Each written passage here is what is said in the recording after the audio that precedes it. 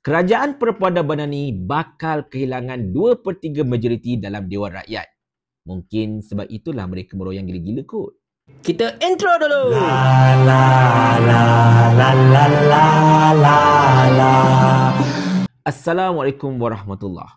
Saya yakin anda semua sudah sedia maklum akan keputusan Presiden Muda yang juga merupakan ahli Parlimen Muar iaitu Syed Saddiq Syed Abdul Rahman menarik kembali sokongan beliau terhadap Kerajaan Perpaduan Madani ini, di mana beliau dilaporkan telah pun menghantarkan surat kepada Speaker Dewan Rakyat agar kedudukan Parlimen Muar yang selama ini berada dalam blok kerajaan dipindahkan ke blok pembangkang. Atas alasan apa beliau mengambil keputusan tersebut? Saya tak nak jawab bagi pihak beliau, saya nak beliau jawab sendiri. Saya ahli Parlimen Muar dari muda telah membuat keputusan selepas berbincang dengan parti untuk menjadi pembangkang third force dan tidak bersama dengan kerajaan hari ini. Surat telah diutus ke Speaker Dewan Rakyat berkenaan perihal ini. This is a tough decision but it must be done. The road ahead will be long and lonely but worth it as Malaysia will always come first. Tindakan kerajaan hari ini menggugurkan 47 pertuduhan rasuah. Timbalan Perdana Menteri menyukarkan muda untuk terus kekal dalam kerajaan. Ini bukan kali pertama saya membuat keputusan berdasarkan prinsip. Pada tahun 2020 semasa langkah Sheraton berlaku, saya ditawarkan jawatan menteri, pengerusi GLC. Saya tolak. Di Ugut, saya lawan. Saya lawan kerana saya mahu membina Malaysia yang bermaruah dan berintegriti. Who would have thought that it would be this so-called reform government that would end up dropping corruption charges for the sake of power. I will not and will never allow Malaysia to normalize corruption. I'm a proud Malaysian who wants to see this blessed country become a developed country which upholds the rule of law and celebrates Malaysia's diversity. Muda dengan ini ingin fokus sebagai third force di blok pembangkang supaya menjadi suara rakyat dan mainkan peranan semak dan imbang. Muda akan tetap menyokong segala usaha reformasi institusi dan perihal rakyat. Di sini tuan-tuan puan sekalian, kita dapat lihat Syed Saddiq ini memang seorang yang sangat berpegang kepada prinsip perjuangan beliau. Sebab kalau kita perhatikan ketika awal kemunculan beliau dalam persada politik negara kita ini sebelum PRU ke-14 dulu, beliau memang berpegang teguh kepada pentingnya untuk mereformasikan institusi serta mengamalkan tata kelola pentadbiran yang baik. Dan beliau juga merupakan satu-satunya ahli parlimen kerajaan yang begitu lantang sekali menentang ketidakadilan Kerajaan Perpaduan Madani ini, terutamanya berhubung dengan soal peruntukan kepada ahli-ahli parlimen pembangkang. Dan ketika DNAAK Zaid Hamidi intular, beliau juga begitu lantang sekali menentang keputusan tersebut dengan menyatakan sebelum PRU yang ke-15 kita dah berjanji untuk tidak menggugurkan kes-kes. Kita dah berjanji untuk ada separation of power dan macam-macam lagi. Kenapakah bila kita sudah jadi kerajaan, janji-janji tersebut dilanggar sama sekali? Dan atas sebab-sebab itulah beliau rasa beliau tidak mampu untuk bersama-sama lagi dengan Kerajaan Perpaduan Madani ini, maka beliau telah mengambil satu langkah yang boleh saya katakan sangat-sangat berani, iaitu menarik kembali sokongan daripada Kerajaan Perpaduan Madani ini dan bertindak sebagai pembangkang third force. Satu soalan, mengapakah Syed Saddiq tidak bersama-sama dengan Perikatan Nasional kalau dia nak jadi pembangkang? Bagi saya tuan-tuan sekalian, saya lebih gemar kalau Syed Saddiq ini bergerak di luar Perikatan Nasional. Sebab apa tahu? Sebab cuba bayangkan kalau beliau menarik kembali sokongan kepada Kerajaan Perpaduan Madani ini dan menyertai Perikatan Nasional, bukan sedikit cercaan yang beliau akan terima kerana orang akan kata Syed Saddiq ini sudah khianat. Syed Saddiq ingin bersama dengan penyamun dan sebagainya, penyakau dan sebagainya. Jadi benda ini akan undermine setiap perjuangan yang dilakukan oleh Syed Saddiq selama ini. Jadi beliau bertindak menjadi pembangkang third force bersama-sama dengan muda, walaupun kita tahu muda ini tidaklah sekuat mana. Masa PRN dulu pun benda ini boleh katakan bungkus ikat tepi secara asasnya. Maka di sini kita nampak Syed Saddiq mempertahankan integriti beliau.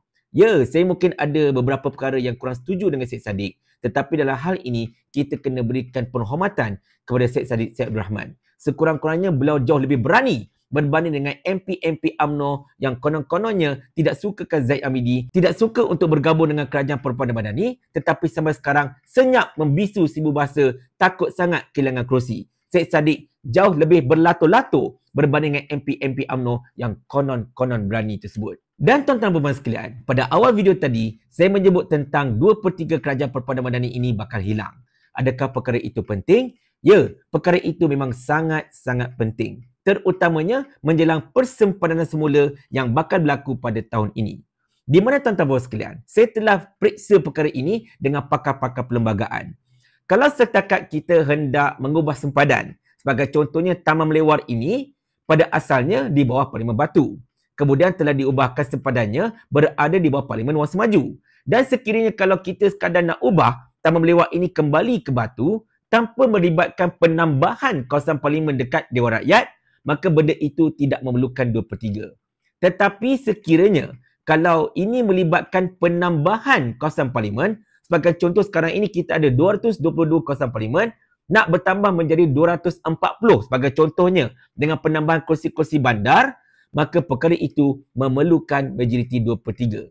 Dan benda ini sangat penting sebab kalau ikutkan, kursi-kursi yang bakal ditambah ialah kursi-kursi bandar. Dan kebanyakan kursi bandar ini adalah kawasan campur. Kawasan campur ini adalah lubuk kepada Pakatan Harapan.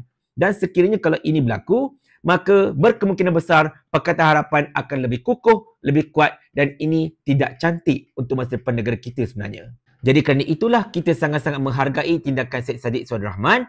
Walaupun kita gagal untuk menafikan 2/3 kerajaan perpaduan madani ini menerusi PRK Pulai, tetapi tindakan Syed Saddiq ini membolehkan kita menafikan 2/3 yang dinikmati oleh kerajaan. Tetapi sudah tentulah, keputusan yang sebesar ini pasti akan diterima dengan backlash oleh para penyokong dan juga pimpinan kerajaan perpaduan madani ini. Awal-awal lagi sebagai contohnya, Saifuddin Nasution Ismail telah mengingatkan Syed Saddiq betapa tindakan beliau ini iaitu ingin menarik kembali sokongan daripada kerajaan perpaduan akan ada akibatnya. Benda ini seolah-olah macam satu ugutan tuan-tuan sekalian dan kita rasa macam apa yang cuba diugutkan oleh Saifuddin Nasution. Adakah Saifuddin Nasution hendak mengugut Syed Saddiq dengan kes mahkamah beliau itu? Kalau benarlah Saifuddin mengingatkan Syed Saddiq tentang kes mahkamah tersebut sebagai akibat tindakan beliau, maka benda ini bukankah merupakan satu penyalahgunaan kuasa? Kita tak tuduh, tetapi ayat beliau mempunyai konotasi seperti itu. Kemudian Anthony Loke pula begitu lantang sekali mengingatkan Syed Saddiq betapa kemenangan beliau dekat Parlimen Muar ini ada jasa Pakatan Harapan. Pakatan Harapan yang berikan laluan, ada kerjasama, ada understanding. Maka Syed Saddiq ini ada obligation untuk bersama-sama dengan Pakatan Harapan. Lain macam betul Anthony Loke cuba untuk mengungkit jasa Pakatan Harapan terhadap Syed Saddiq Syahrul Rahman. Tetapi itulah, Syed Saddiq pernah mengatakan kepada kami ketika dalam podcast bersama-sama beliau satu ketika dahulu, beliau bersedia untuk berhadapan dengan kes mahkamah beliau kerana beliau yakin beliau tidak bersalah, beliau akan lawan sampai ke habisnya. Dan untuk Anthony Loke punya ayat pula, beliau menyatakan bahawa kalaulah mana-mana pihak ingin mempersoalkan tentang integriti, mereka patut cermin diri mereka sendiri dahulu kerana mereka telah melanggar setiap integriti yang mereka laungkan selama ini. Tapi yang lagi kelakar tuan-tuan sekalian, Datuk Seri Anwar Ibrahim siap kata apa tahu? Syed Saddiq keluar kerana dia tidak dapat menghormati keputusan mahkamah. Keputusan mahkamah celah mananya? Banyak kali kita sebut dah, kes Zahid Hamidi yang DNAA itu bukan keputusan hakim, bukan keputusan mahkamah. Dah pihak pendakwaan nak hentikan prosiding. Siapa je boleh paksa pihak pendakwaan untuk teruskan prosiding? Maka hakim ini terikat, tak dapat nak buat apa-apa, terpaksa memberikan DNAA kepada Zahid sebab pendakwaan dah tak nak teruskan kes. Boleh faham tak perkara ini? Siapa yang anda ingin spin, wahai Datuk Seri Anwar? Apapun kepada Syed Saddiq Syahrul Rahman, jalan yang anda pilih ini merupakan jalan yang begitu berliku. Ramai orang yang akan mencerca anda. Bahkan dekat Facebook sebagai contoh pun, ada orang mengatakan yang anda ini keluar daripada kerajaan perpaduan madani kerana anda tidak dapat jawatan lah, kerana anda ini kecewa sebab kes anda tidak di NAA lah dan macam-macam lagi. Tetapi selepas berbual dengan anda, berpodcast dengan anda, saya yakin anda memang seorang yang ada integriti, ada prinsip dan berpegang teguh pada prinsip tersebut. Maka saya doakan agar anda teguh, anda kental dan kita doakan agar anda terus konsisten dan terus bertabah menghadapi apa saja perkara yang bakal berdatang. Sebab anda pun tahu, kerajaan ini kan kerajaan perpaduan madani. Mereka ini boleh lakukan apa saja mereka nak. Sebab Sani Hamzah pun dah kata macam ni kan. Kerajaan ni kerajaan kami. Jadi ikut suka kami lah. Paling kurang aku ada formula. Ni kau ada menteri berlambat-lambat ni satu formula pun tak ada. Otak letak dekat mana? Saya ulang. Sampai Abang Jamil mampus.